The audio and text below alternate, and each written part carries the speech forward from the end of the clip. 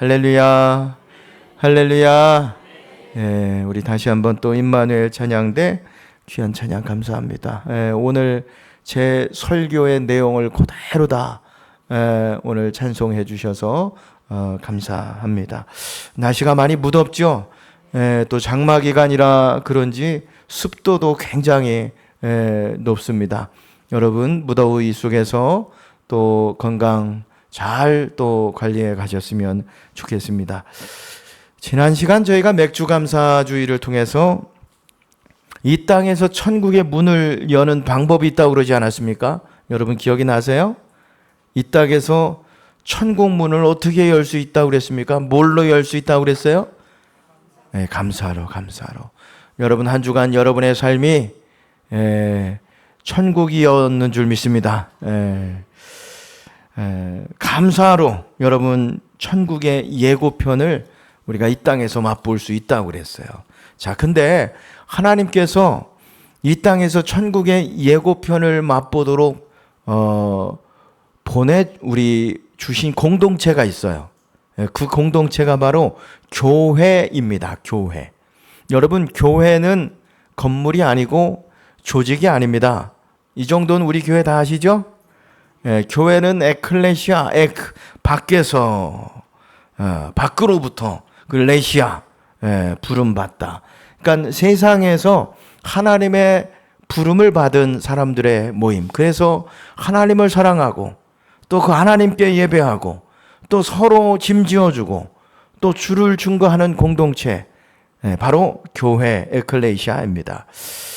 그래서 앞으로 몇 주간 우리 교회에 대해서 아주 자세히 기록하고 있는 이 에베소서 말씀을 좀 상고해 보기를 원합니다. 그래서 저와 여러분들이 그리고 우리 전설림교회가 천국의 예고편을 맛보는 하나님의 교회로 든든히 세워져 가기를 주님의 이름으로 축원합니다. 자, 그러면 에베소서 말씀을 우리가 살펴보겠다고 그랬는데 에베소서는 어떤 성경 말씀일까요? 에베소서는 빌립보서, 골로새서, 빌레몬서와 더불어서 옥중서신이라고 그럽니다. 그러니까 사도 바울이 감옥에 갇혀 있을 때 쓴 하나님의 말씀이에요. 그래서 바울이 특별히 에베소서의 편지를 이렇게 보낸 것은 감옥에 갇혀 있을 때 어떤 특별한 문제가 있기 때문에 그 문제를 해결하기 위해서 쓴 서신이 아닙니다.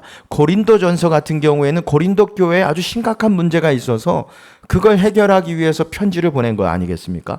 갈라디아서도 마찬가지거든요. 근데 고린도 우리 에베소서는 그렇지 않다라고 하는 것입니다. 그러니까 이 에베소 교회를 향한 사도 바울의 남다른 애정이 있었기 때문에 감옥에서 편지를 써보낸 거예요. 그러니까 에베소 교회는 여러분 사도 바울이 그가 개척한 교회 중에서는 가장 오랫동안 사역한 교회입니다. 데살로니가 교회 개척할 때는 그곳에서 21일밖에 사도 바울이 거기 머물지 않았어요. 고린도 교회도 애정을 많이 가졌지만 그곳에 1년 6개월밖에 머물지 않았습니다. 근데 에베소는 두 번이나 걸쳐서 3년 동안 머물면서 복음을 가르쳤던 교회입니다. 그래서 이후에 보면 바울이 끊임없는 애정을 가지고 자신이 정말 신이 많은 사람들을 보내서 에베소 교회를 목회하도록 합니다. 그래서 1대 목회자가 누구예요? 바울이죠. 바울이 개척하고 또 목회를 감당했고 두 번째는 디모데를 보내서 감당합니다. 그래서 여러분 디모데 전서 또 있지 않습니까? 디모데 전서는 이제 에베소 교회를 목회하게 된 디모데에게 목회는 이런 거야. 이렇게 해야 돼. 그래서 보낸 편지가 디모데 전서입니다. 디모데 이후에 여러분 예수님의 이제 사랑받는 제자 사도 요한 아시죠? 예수님의 어머니 마리아를 모시도록 부탁을 해서 에베소에서 어머니를 모시고 이후에 요한복음과 요한계시록을 작성하는데 그 이후에 이제 요한이 나이 많이 들었을 때 이 에베소 교회를 또 목회하게 됩니다. 그리고 기독교 역사에서 아주 유명했던 우리 클레멘스 감독도 이곳에서 목회하게 되죠. 자, 이렇게 애정을 가지고 개척하고 돌본 교회, 에베소 교회인데 지금 바울이 어디 있는 거예요? 감옥에 갇혀 있잖아요. 그러니까 이 소식을 에베소 교회 성도들도 들었겠죠. 당시 여러분 아시겠지만 사도행전 말씀을 읽어보시면 예루살렘에 갈 때 바울이 밀레도로 그 장로들과 성도들을 부릅니다. 예. 그래서 그 교회를 잘 너희가 지켜라. 그때 에베소 교회 장로들과 성도들이 예루살렘 가지 말라고 그랬어요. 울면서 가지 말라고 그랬어요. 그때 바울이 내가 이 복음을 전하는 것 외에 있어서는 내가 생명을 아끼지 않겠다. 그러면서 예루살렘으로 갔는데 여러분 아시겠지만 유대인들에게 붙잡혀가지고 이제 죽을 뻔한 위기도 있었고 그리고 이제 로마로 지금 시민권자이기 때문에 재판을 받으러 갔다가 지금 로마에서 2년 동안 감옥에 갇혀 있는 거예요. 그러니까 에베소 교회 성도들이 걱정하고 있지 않겠습니까? 그래서 오늘 이 펜을 든 것입니다. 그리고 또 하나 중요한 이유가 있는데 교회 안에서 우리 그리스도인들과의 관계에 대해서 교회가 무엇인가 그리고 그 안에서 우리 그리스도인은 어떤 사람들인가를 강조하기 위해서 기록한 말씀이 에베소서입니다. 앞서 말씀드렸지만 교회는 하나님을 사랑하는 사람들의 모임이라고 그랬죠. 그래서 바울은 하나님을 사랑하는 사람들이 세상에서 부름받은 사람들 이 모인 공동체가 교회 공동체가 천국 공동체로서 어떤 교회가 되어야 하는가 이걸 가르치고자 한 것입니다. 사도 바울이 앞서 말씀드렸지만 감옥에 갇혀 있다고 그랬죠. 근데 못 나올 수도 있지 않겠습니까? 그러면 교회가 지도자를 잃는 거예요. 그러면 지도자를 잃었을 때 교회로서 이 교회로 유지되어야 하기 때문에 서로 지체가 되어서 그리스도의 장성한 분량에까지 자라가라. 그래서 교회론을 기록한 거예요. 사실 이 에베소서를 교회론을 다루고 있다고 그러거든요. 근데 이건 후세의 사람들이 붙인 거예요. 이 에베소서를 연구해 보고 있으니까 교회가 어떤 곳인가를 사도 바울이 기록하고 있구나. 그래서 교회론을 다루고 있다고 이름을 붙였지만 바울은 그저 하나님이 세우신 교회로서 성도들이 어떤 연합해서 삶을 살아가야 하는가 이걸 가르치기 위해서 에베소서 말씀을 기록하고 있습니다. 자, 이런 개론을 가지고 에베소서 말씀을 좀 저희가 살펴보고자 하면 오늘 1, 2절에 보면 에베소 교회 성도들을 향해서 바울이 인사하죠. 하나님의 뜻으로 말미암아 그리스도 예수의 사도된 바울은 에베소서에 있는 성도들과 그리스도 예수 안에 있는 신실한 자들에게 편지하노니 하나님 우리 아버지와 주 예수 그리스도로부터 은혜와 평강이 너희에게 있을지어다 그랬습니다. 여기 보면 에베소 교회에 있는 성도들과 그리고 그리스도 예수 안에 있는 신실한 자들. 그러니까 이제 이 에베소서는 에베소서 교회, 에베소에 있는 교회를 향한 성도들을 향해서 쓰기도 했지만 회람용으로 쓰여졌어요. 그 아시아 여러분 아시겠지만 선교 여행을 가보시면 에베소 교회 중심으로 소아시아라고 하는 지역에 7교회가 있지 않습니까? 그러니까 7 모든 교회들이 다 함께 볼 수 있도록 에베소서 말씀을 기록해서 보냈다라고 하는 것입니다. 자, 인사를 하고 사도 바울은 여러분 보세요. 1장 3절의 말씀에 보면 인사를 하고 바로 찬송하리로다 그럽니다. 예.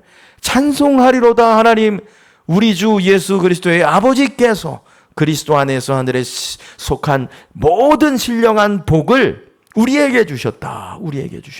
에베소 교회 너희 성도들 그리고 이 서신을 회람하고 있는 예수 안에 신실한 모든 자들에게 하나님을 찬송하리로다 오늘 선언하고 있어요. 지금 여러분 앞서 말씀드리지만 바울이 이 편지를 어디서 쓰고 있다고 그랬어요? 감옥에서 쓰고 있다고 그랬잖아요. 아니 무슨 찬송이 나오겠습니까? 감옥에 있는데 언제 나올지도 모르겠고. 근데 바울은 찬송하리로다 이 감옥에 있으면서도 오늘 선언하고 있는 거예요. 3절만이 아니죠. 오늘 함께 읽은 14절까지의 본문의 말씀을 보면 이 말씀을 써가면서 사도 바울의 입에서 계속 찬송이 터져나오고 있어요. 6절 말씀에도 보시면 그의 은혜의 영광을 찬송하게 하려는 것이라. 12절 말씀에도 보면 그의 영광이 찬송이 되게 하려 하심이라. 14절 말씀 같이 읽어보실까요? 이는 우리의 기업의 보증이 되사 그 얻으신 것을 속량하시고 그의 영광을 찬송하게 하려 하심이라 그랬습니다. 계속 사도 바울의 입에서 찬송이 터져 나오고 있어요. 지금 감옥에 있는데 도대체 사도 바울이 무엇으로 인해서 이렇게 하나님을 찬송하고 또 찬송하고 또 찬송하고 있는가? 여러분, 무엇 때문이겠습니까? 세 가지 이유 때문인데요. 굉장히 핵심적인 말씀입니다. 첫 번째, 하나님의 선택과 양자 삼아 주심으로 인해서. 한번 따라해 주시겠습니까? 하나님의 선택과 양자 삼아 주심으로 인해서. 이게 사도 바울이 아주 똑똑한 사람이에요.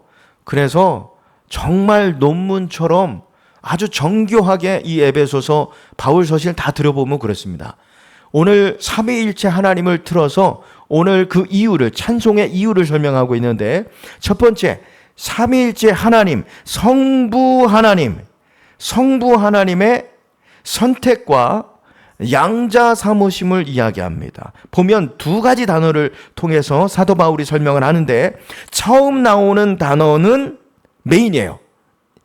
그리고 두 번째 나오는 단어는 그 단어를 설명하고 있는 것입니다. 자, 그러면 성부 하나님의 선택이 메인이고 가장 먼저 중요하다는 거죠.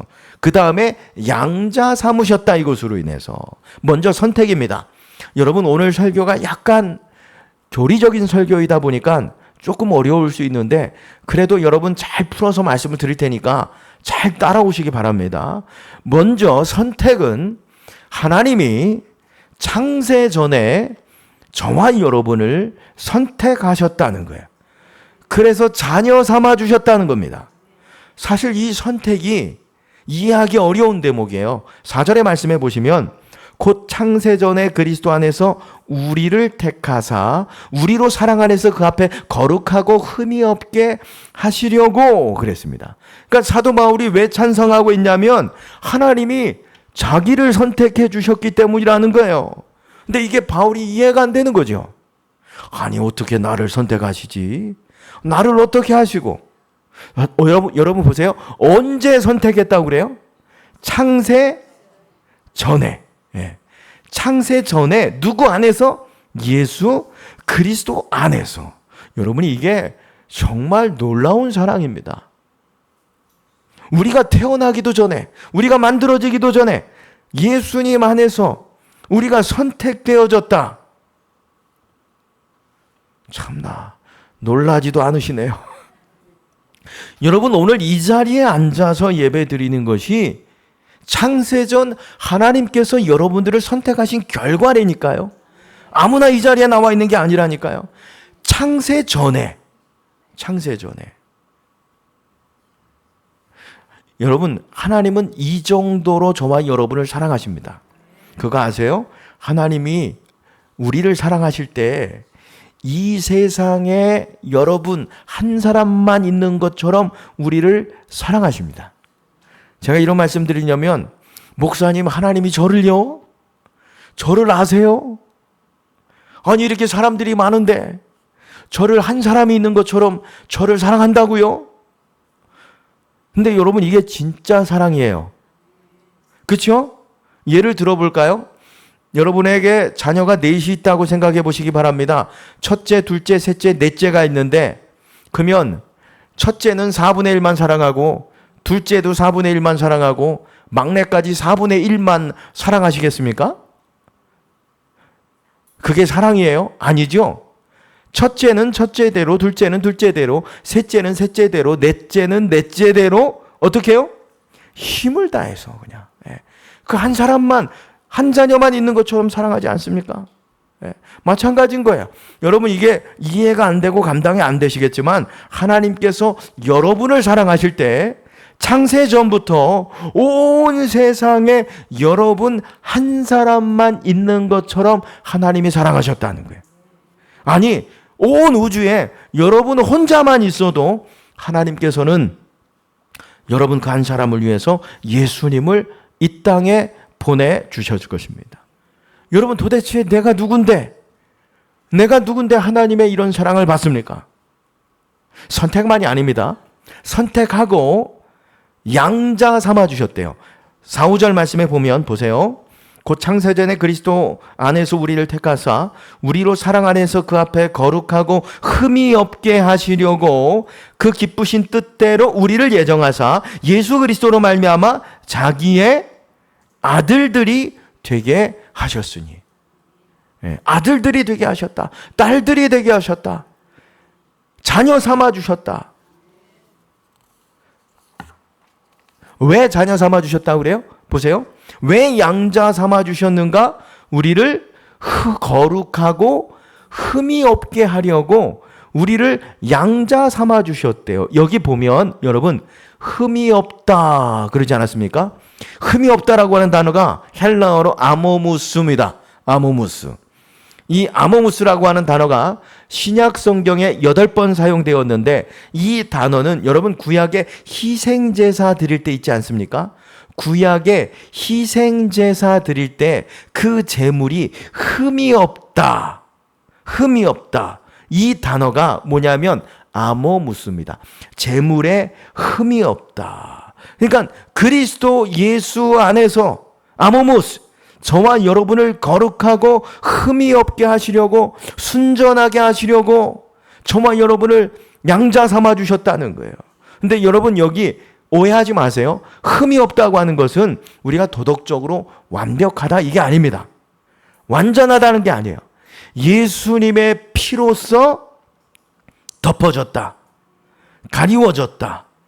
이게 여러분 법적인 선언입니다. 법적인 선언입니다. 거룩한 하나님의 자녀가 되었다. 탕탕탕. 이제 끝이다. 여러분, 저와 여러분이 참 부족한 사람들 아니겠습니까? 거룩하지 못하고 흠이 많은 사람들 아니겠습니까?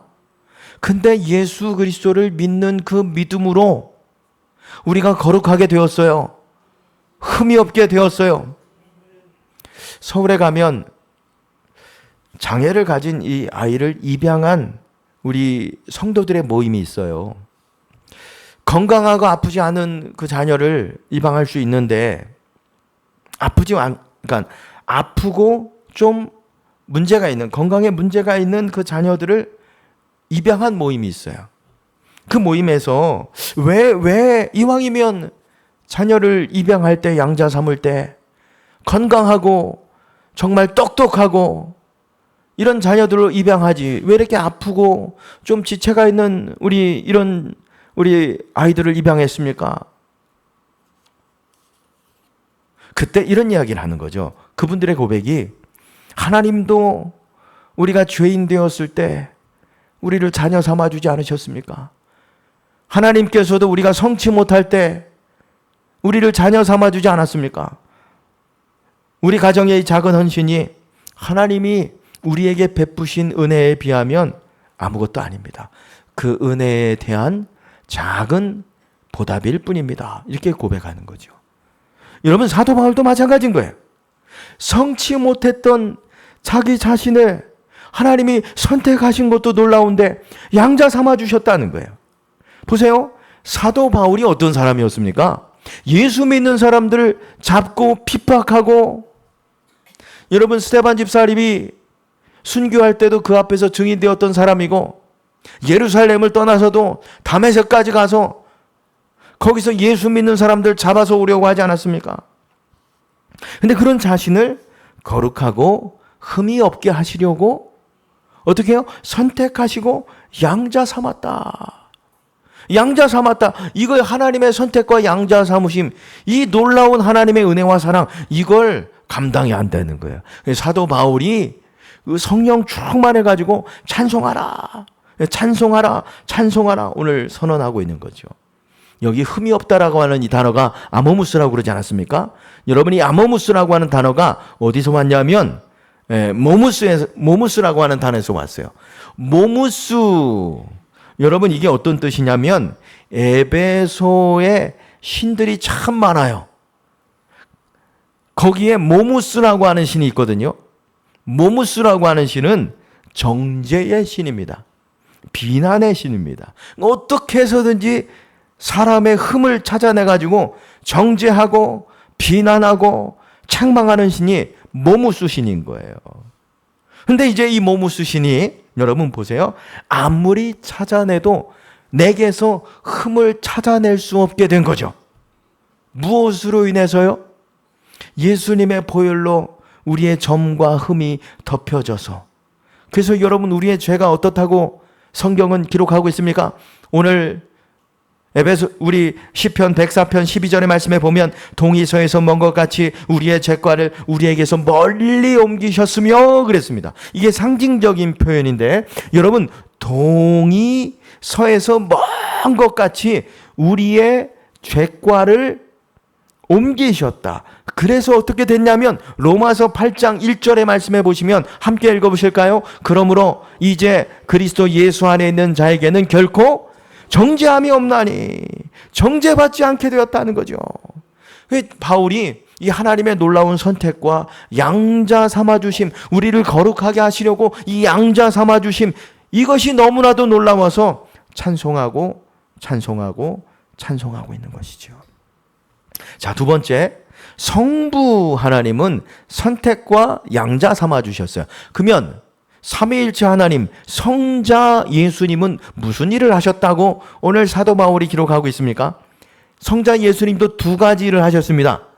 그것은 속량과 계시입니다. 계시. 7절 말씀에 보면 우리는 그리스도 안에서 그의 풍성함을 따라서 그의 피로 말미암아 속량, 곧 죄사함을 받았느니라. 여기 속량이라고 그랬잖아요. 속량이라고 하는 단어는 이중적 의미가 있어요.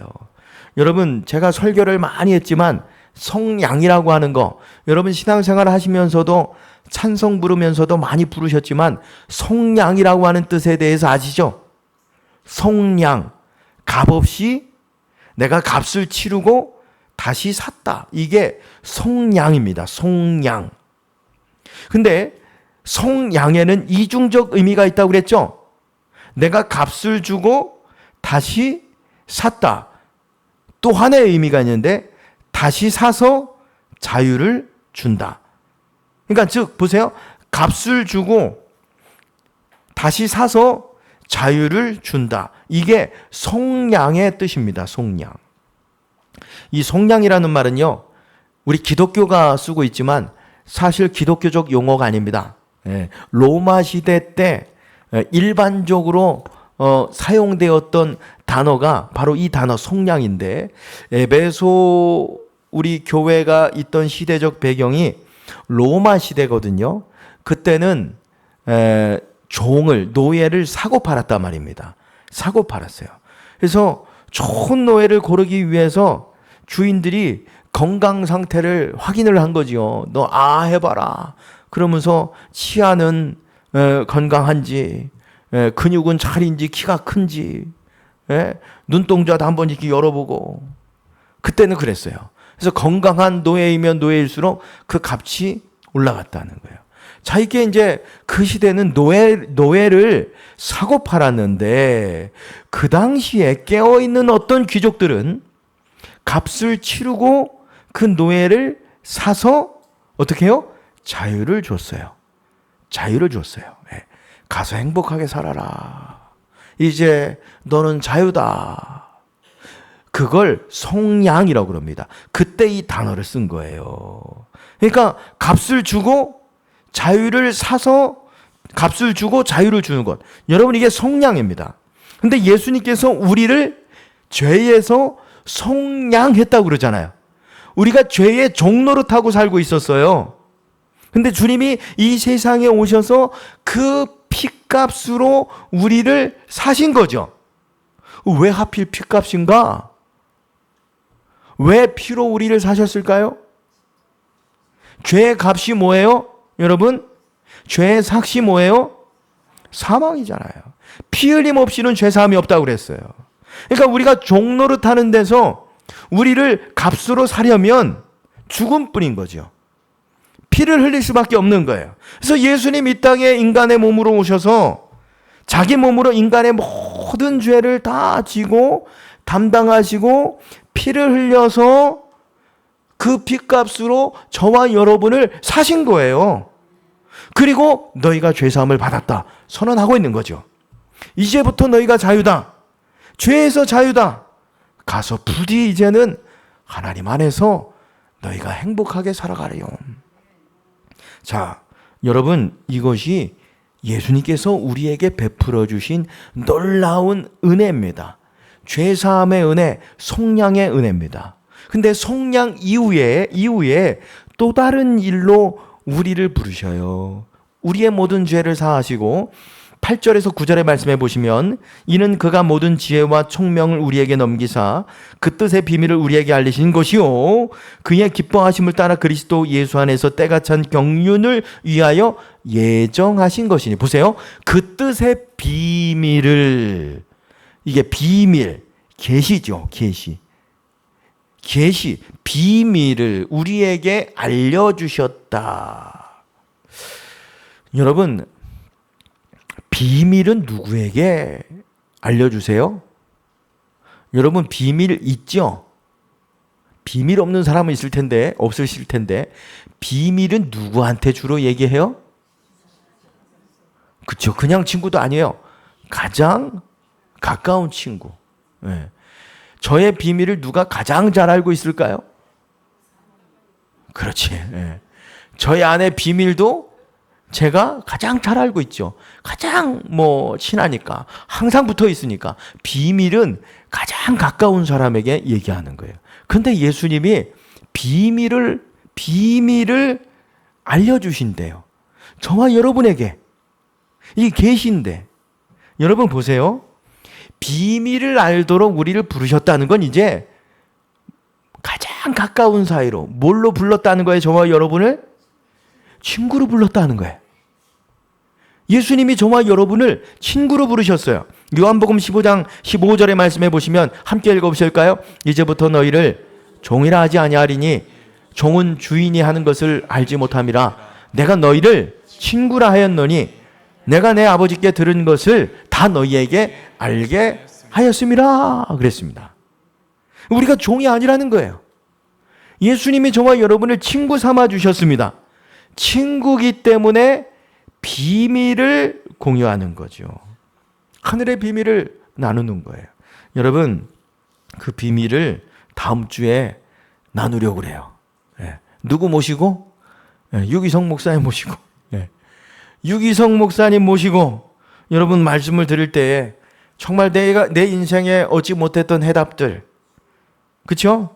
문제들, 여러분 다 하늘의 비밀을 통해서 발견하시는 귀한 기회가 되기를 바랍니다.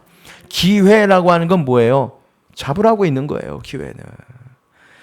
여러분 오셔서 말씀 들을 때 하나님이 깨닫게 하시고 그 비밀을 알려주셔서 여러분 인생과 자녀의 문이 열려지게 되시기를 주의 이름으로 축원합니다.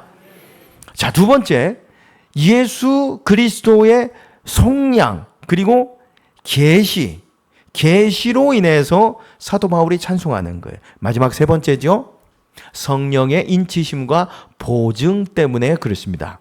13절 말씀에 보면 그 안에서 너희도 진리의 말씀 곧 너희의 구원의 복음을 듣고 그 안에서 또한 믿어 약속의 성령으로 인치심을 받았다. 성령으로 인치심을 받았다. 인쳤다. 내 소유, 하나님의 소유로 삼아주셨다. 도장을 언제 찍어요? 그 내 거라고 할 때 도장을 찍거나 사인하지 않습니까? 하나님이 저와 여러분을 인쳐주셨다는 거예요. 인쳐주셨다. 이마 한번 만져보세요. 이마. 인쳐주셨죠? 여기 도장 찍혔어야 된다니까요, 여러분. 네? 도장 찍혔어야 되는 거예요. 자, 여러분, 우리가 복음을 듣고 말씀을 듣고 예수님을 영접하면 성령께서 우리를 인쳐 주십니다. 이 구원이 지금 현재 구원의 단계를 축소해서 말씀을 드리는 거예요. 여러분, 세 가지로 축소해서 구원의 단계를 말씀드리면, 첫 번째 하나님의 선택이 있었고, 두 번째 예수님이 속량하셨고, 세 번째 이게 다 성령께서 여기 인쳐 주셔야 된다니까요. 네. 여러분, 복음을 들었다고 다 믿음이 생길까요? 내가 예배 자리에 나와 있다고 믿음이 생기겠습니까? 성령이 인쳐 주셔야 되는 거예요. 성령께서 믿게 해 주셔야 되는 겁니다. 여러분, 그래서 로마서 8장 16절의 말씀해 보시면 성령이 친히 우리의 영과 더불어 우리가 하나님의 자녀인 것을 증언한다 그랬습니다. 증언한다. 고린도전서 12장 3절의 말씀에도 보시면 그러므로 내가 너희에게 알리노니 하나님의 영으로 말하는 자는 누구든지 예수를 저주할 자라 하지 아니하고 또 성령으로 나지 아니하고는 누구든지 예수를 주라 할 수 없느니라. 성령이 아니고서는, 성령의 인치심이 아니고서는, 성령의 역사가 아니고서는 예수님을 구준하고 고백할 수 없다는 거예요. 여러분, 성령이 오셔서 예수님이 오늘 우리의 구주로, 예수님이 2000년 전, 사실 그게 여러분 2000년 전 예수님께서 예수라고 하는 사람이 저기 이스라엘의 예루살렘의 골고다 언덕에서 십자가에서 죽은 것이 오늘 나하고 무슨 상관이 있겠습니까? 근데 이게 오늘 나의 구원으로 받아들여져요. 그분이 나의 주님으로 나의 죄를 속량하신 것이 믿어져요. 이게 누구로 인해서? 성령으로 인해서. 성령이 인쳐주신 거예요. 말씀을 깨닫게 하시고 믿는 자가 되게 하신 것입니다. 여러분, 그래서 믿음은 선물이라고 그래요. 아무나 믿음을 가질 수 있는 게 아니래요. 오늘 에베소서에서 이야기하는 거죠. 믿음은 선물입니다. 선물. 하나님이 여러분에게 선물을 주셨다는 거예요. 근데 이건 반대로 보세요. 하나님의 말씀이 믿어지고 깨달아져요. 근데 이게 반대로 말씀드리면 하나님의 말씀을 듣는 시간에 그 말씀에 집중하지 못하도록 하고 그 말씀을 깨닫지 못하도록 하는 반대 세력도 있다. 사탄이 있다는 거예요.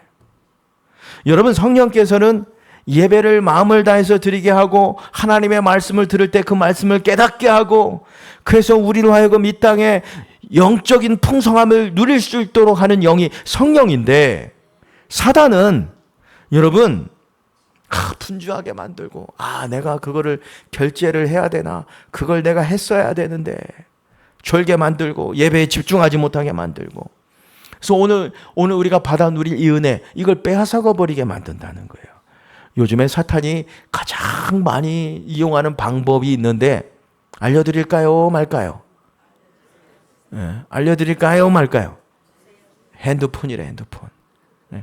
핸드폰만 딱 들게 하면 말씀 듣는 거 말씀이 안 들려 그냥. 기도도 못하게 하고 영적인 생활을 누리지 못하게 하는 거죠. 여러분, 악한 영들에게 이용당하지 않으시기 바랍니다. 보세요. 인쳐 주셨다고 그랬어요. 도장 찍어 주셨어요. 하나님의 소유 삼아 주시고 그리고 보증까지 해 주신다고 그래요. 14절 말씀에 보면 이는 우리의 기업의 보증이 되셔서 그 얻은 것을 속량하시고 그의 영광을 찬송하게 하려 하심이라. 보증, 기업이라고 그랬어요. 먼저 기업의 보증이 됐다고 그러는데 기업은 뭐예요? 기업? 여러분, 기업이라고 하는 것은 하나님의 기업을 말하는데, 기업이라고 하는 것은 앞으로 장차 여러분 올 세상에서뿐만 아니라 이 땅에서 누리게 될 하나님의 모든 축복을 기업이라고 그러는 거예요. 하나님의 기업. 이 하나님의 모든 축복을 총괄하는 개념. 여러분, 이 하나님의 기업에 성령께서 보증이 되어 주신대요. 보증. 보증이 뭐예요? 보증은 이런 거죠. 여러분, 집 사면 보증금을 지불하죠. 그렇죠? 예. 보증금을 지불하는데 보증금만 지불합니까? 중도금도 지불하고 그리고 나중에는 잔금도 지불하고 그리고 이제 이스라엘 집으로 들어가지 않겠습니까? 보증금은 뭐예요? 다 아직 내가 지불하지는 않았지만 그 집은 이제 누구 집이에요? 내 거라는 약속이 보증금이죠. 보증인 거예요. 마찬가지입니다. 성령께서 우리에게 믿음을 주셨는데 이 믿음의 보증이 되셔서 앞으로만이 아니라 이 땅에서 하나님의 기업을 하나님의 축복을 누릴 보증을 누가 서주는 거예요? 성령께서. 그러면 왜 구원받은 사람들에게 보증까지 필요할까? 우리가 천국 가는 날까지 우리가 연약하기 때문에 그렇습니다. 우리 인간은 변덕도 심하고 그렇죠? 유혹에 금방 받아가지고 그 걸려서 넘어졌는데 또 넘어지고 시험에 들고 절망하고 좌절하고 그때 변함없는 성도 우리 성령께서 보증해 주시는 거예요. 이 땅에 살아갈 때 좌절할 수 있지만 끝까지 순례의 길을 잘 맞춰서 여러분 이 땅에서 하나님의 복을 누리고 이후에 저 세상에서도 하나님의 복을 누릴 수 있도록 이 땅을 살아갈 때 우리를 도와주신다고 하는 약속이 보증입니다. 보증. 그래서 여러분 찬송가 370장 주 안에 있는 나에게 4절 찬송 부를 때 보면은 내 주와 맺은 언약은 어떻게 해요? 불변하다는 거예요. 영원히 불변하다. 그 나라 가기까지는 우리를 늘 어떻게 해요? 늘 보호하신다. 성령께서 우리의 보증이 되어 주신다. 말씀 마치겠습니다. 여러분 지금 사도 바울이 감옥에 갇혀 있지만 그 감옥에서 찬송하고 있어요. 인사하고 1, 2절 빼고 보세요. 3절부터 14절까지 저희가 읽었는데 한 문장으로 되어 있는 거예요. 이게 3절부터 14절까지 중간에 쉼표가 없어요. 우리 한글 성경에는 번역을 할 때 중간에 문단을 좀 나눴을지 모르겠지만 헬라어 원역으로 보면 우리 헬라어 단어로 202 단어가 사용이 되어져서 한 문장을 만든 거예요. 한 문장으로 기록하고 있는 거죠. 그래서 제가 오늘 어떤 한 말씀만 좀 뽑아가지고 읽으려고 했는데 이게 한 문장이니까 뭘 중간에 그걸 가지고 결론적으로 읽을 수가 없어서 전체 14절까지 다 읽은 거거든요. 그럼 왜 사도 바울이 헬라어 202개나 되는 단어를 사용해서 한 문장을 이렇게 길게 기록한 것일까요? 왜일까요? 이게 감옥에 있지만 내가 교회된 거죠. 하나님을 사랑하는 밖에서부터 이제 내가 교회된 거예요. 하나님의 부름을 받은 거, 구원받았어요. 나를 교회되게 하신 이 기쁨이 너무 큰 거죠. 막 가슴이 벅차는 거죠. 하나님이 나 같은 사람을 사랑하셔서 선택하시고 자녀 삼아주시고 나를 속량하시고 친구 삼아주셨구나. 성령으로 인쳐주셨구나. 나를 천국 갈 때까지 보증해 주시겠구나. 이게 너무 감격이 돼가지고 멈출 수가 없는 거예요. 중간중간 찬송하라. 여러분 이 진리가 우리 안에 있으면 어떤 환경 속에서도 우리가 찬송할 수 있게 될 줄 믿으시기 바랍니다. 여러분 오늘 이 성령께서 보증해 주신 우리가 하나님의 기업을 그러니까 우리가 이제 이 땅에 더욱 하나님의 교회로 여러분 이 에베소서 말씀을 듣고 나눌 때 우리가 더 정말 이 구원받은 하나님의 교회들로 든든히 세워져서 성령께서 약속하신 저 천국의 여러분 예고편 하나님의 기업을 이 땅에서 또 저 세상에서도 바꿔 누리시게 되기를 주님의 이름으로 축원합니다.